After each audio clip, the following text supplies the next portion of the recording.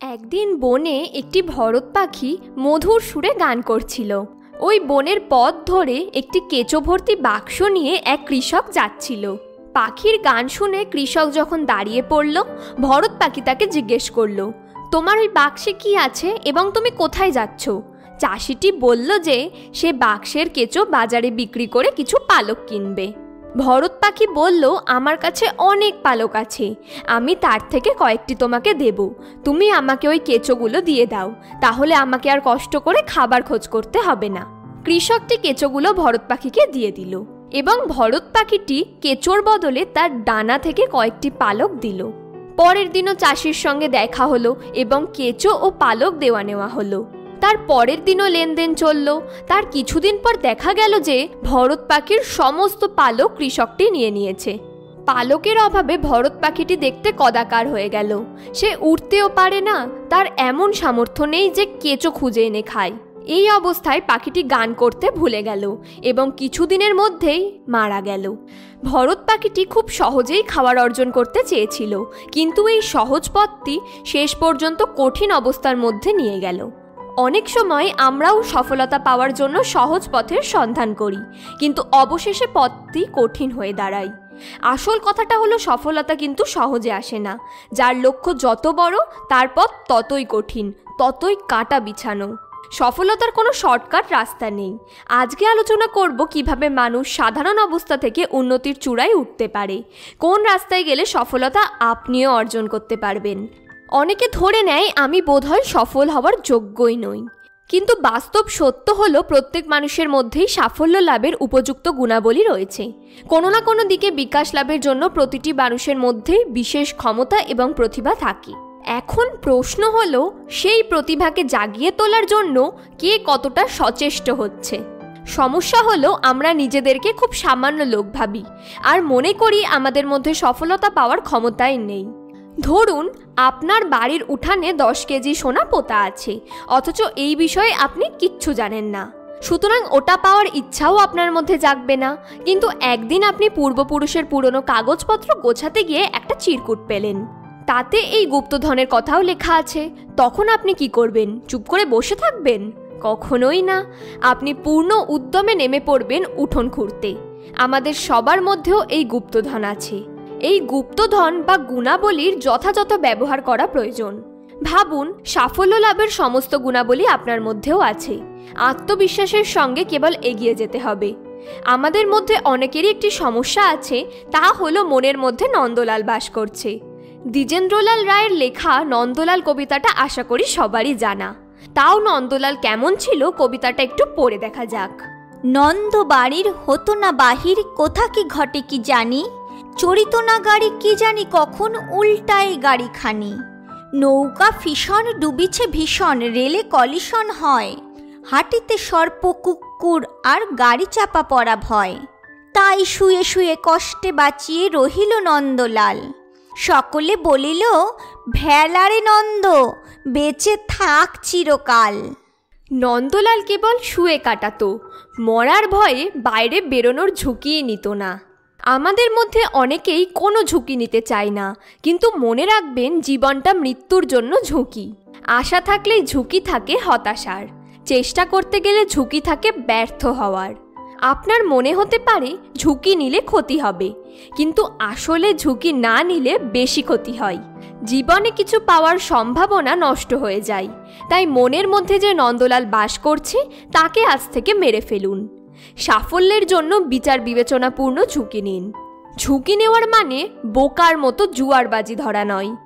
একজন প্রশিক্ষণপ্রাপ্ত পর্বতারোহী যখন পাহাড়ের চূড়ায় ওঠার ঝুঁকি নেয়, তখন সেটা বিবেচনাপূর্ণ ঝুঁকি।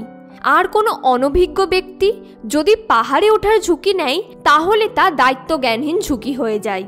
মানুষের ব্যর্থতার পেছনে আর একটা বড় কারণ হলো অধ্যবসায়ের অভাব। জ্ঞান বা দক্ষতার অভাবের জন্য নয়, কেবল অধ্যবসায়ের অভাবে বারবার চেষ্টা করা থেকে বিরত হয় বলে অনেক মানুষ অসফল হয়। মানুষ সহজেই যে কাজটা করে ফেলতে পারে, তার সেটা করতে ভালো লাগে, কিন্তু কোনো কাজ যখন একটু কঠিন মনে হয়, তখন তা পরিত্যাগ করে। কোনো কিছু করতে গিয়ে সমস্যা আসতেই পারে, সাময়িকভাবে ব্যর্থও হতে হয়। তখন চেষ্টা ছেড়ে দিলে স্থায়ী ব্যর্থতাকে ডেকে আনা হয়। যদি কোনো কাজে ব্যর্থ হয়ে থাকেন তবে নিজেকে প্রশ্ন করুন, কতবার চেষ্টা করার পর ব্যর্থ হয়েছেন। থমাস এডিসন যখন বৈদ্যুতিক বাল্ব তৈরি করার জন্য চেষ্টা করেছিলেন তখন কম বেশি 10,000 বার ব্যর্থ হয়েছিলেন, কিন্তু চেষ্টা ছেড়ে দেননি। তার একটা সাক্ষাৎকারে যখন তাকে প্রশ্ন করা হয়, আপনি 9,999 বার ব্যর্থ হয়েছিলেন, সে ব্যাপারে কিছু বলুন, তখন তিনি বললেন, কে বলল আমি ব্যর্থ হয়েছি? আমি 9,999টি পদ্ধতি জানতে পেরেছি যেভাবে ইলেকট্রিক বাল্ব তৈরি করা সম্ভব নয়। অধিকাংশ সফলতার পেছনে আছে অজস্রবার ব্যর্থতার কাহিনী, কিন্তু ব্যর্থ হয়ে তারা থেমে থাকেনি। সফলতার জন্য যারা চেষ্টা করে তারাই ব্যর্থ হয়, কিন্তু নতুন উদ্যমে আবার চেষ্টা করে। ব্যর্থতা আসতেই পারে, কিন্তু আপনি তখনই ব্যর্থ হবেন যখন চেষ্টা থামিয়ে দেবেন। যে ব্যক্তি কখনো কোনো কাজই করে না তার ভুলও হয় না, তার কাজ না করাটা সবচেয়ে বড় ভুল। জ্ঞানী ব্যক্তিরা নিজের ভুল থেকে শিক্ষা গ্রহণ করেন, বিজ্ঞতর ব্যক্তি অপরের ভুল থেকেও শিক্ষা নেন, কারণ আমাদের জীবন এত বড় নয় যে কেবল নিজের ভুল থেকে শিক্ষা নিতে হবে। যদি সঠিক দৃষ্টিভঙ্গি দিয়ে বিচার করা যায় তাহলে ব্যর্থতা আমাদের শিক্ষকের কাজ করে। ব্যর্থতার ফলে সাফল্য দেরিতে আসে ঠিকই, কিন্তু পরাজয় ঘটে না। তাই ব্যর্থতা থেকে শিক্ষা নিয়ে এগিয়ে চলুন নতুন উদ্যমে।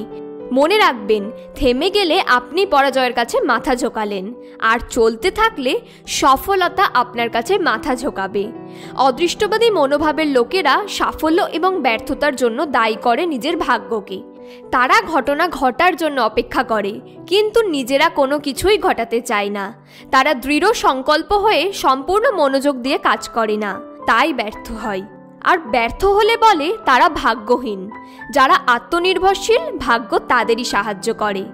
একটা ছোট শহর যখন বন্যা কবলিত হলো এবং অধিবাসীরা যখন নিরাপদ জায়গায় চলে যেতে আরম্ভ করলো, তখন একজন ব্যক্তি কোথাও যেতে রাজি হলো না। সে বলল, ভগবান বাঁচাবেন, আমার ভগবানে বিশ্বাস আছে। বন্যার জল আরও বাড়ল। একটি জিপ এসে তাকে উদ্ধার করতে চাইল, কিন্তু লোকটি যেতে রাজিই হলো না। সে আবার বলল, আমি ভগবানে বিশ্বাস করি, আমার ভগবান আছেন। জল যখন অধিক মাত্রায় বাড়ল তখন সে বাড়ির দোতলায় উঠল।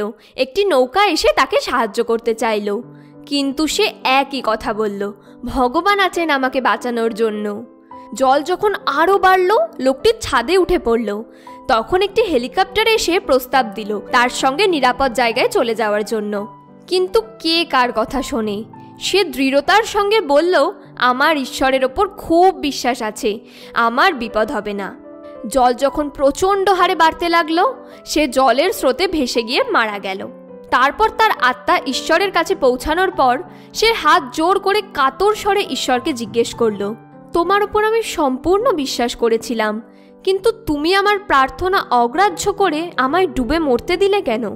ঈশ্বর জবাব দিলেন, তোমাকে বাঁচানোর জন্য জিপ, নৌকা, হেলিকপ্টার তাহলে কে পাঠিয়েছিল?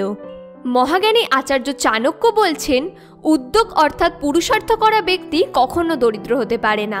পরিশ্রমের দ্বারা ভাগ্যকেও নিজের নিয়ন্ত্রণে আনা যেতে পারে। ফ্রেন্ডস, ভিডিওটা ভালো লাগলে ও কাজের মনে হলে অবশ্যই লাইক ও শেয়ার করবেন। আগে যদি সাবস্ক্রাইব করা না থাকে তাহলে এরকম গুরুত্বপূর্ণ ভিডিও পাওয়ার জন্য চ্যানেলটা অবশ্যই সাবস্ক্রাইব করে নিন। Thanks for watching.